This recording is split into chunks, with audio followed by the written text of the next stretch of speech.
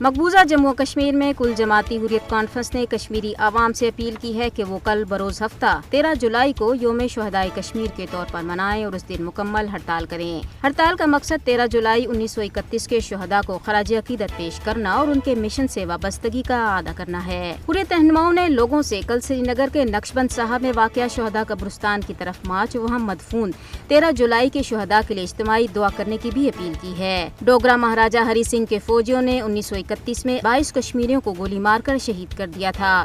شہید ہونے والے یہ افراد ان ہزاروں لوگوں میں شامل تھے جو عبدالقدیر نامی ایک شخص کے خلاف مقدمے کی سماعت کے موقع پر سری نگر سینٹرل جیل کے باہر جمع تھے، جس نے کشمیری عوام کو ڈوگرہ حکمرانوں کے خلاف اٹھ کھڑے ہونے کا کہا تھا۔ نماز ظہر کے وقت ایک کشمیری نوجوان نے جب اذان دینا شروع کی تو مہاراجہ کے فوجیوں نے اسے گولی مار کر شہید کر دیا۔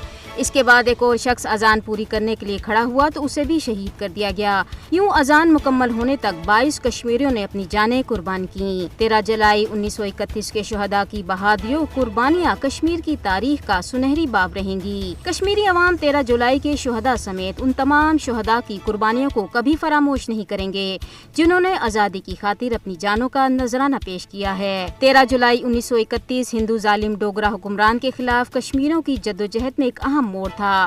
کشمیری عوام آج بھی بھارت کے ناجائز و جبری قبضے کو رد کرتے ہیں اور وہ تنازع کشمیر کے اقوام متحدہ کی قراردادوں کے مطابق پرامن حل پر یقین رکھتے ہیں۔ پوری کشمیری قوم ان شہداء کو خراج عقیدت پیش کرتی ہے۔ شہداء کو خراج عقیدت پیش کرنے کا بہترین طریقہ یہی ہے کہ بھارت کے جبری قبضے کے خلاف متحد ہو کر مشترکہ جدوجہد کی جائے۔ اہل کشمیر آزادی کی صبح تک غیر قانونی بھارتی قبضے کے خلاف اپنی جنگ ہر حال میں جاری رکھیں گے۔ پاکستان نے بھی 13 جولائی 1931 کے شہداء کو خراج عقیدت پیش کرتے ہوئے ایک مرتبہ پھر اقوام متحدہ کی سلامتی کونسل کی قراردادوں کے مطابق تنازع کشمیر کے منصفانہ اور پرامن حل کے لیے کشمیریوں کی سیاسی، سفارتی اور اخلاقی حمایت جاری رکھنے کے عزم کا اعادہ کیا ہے۔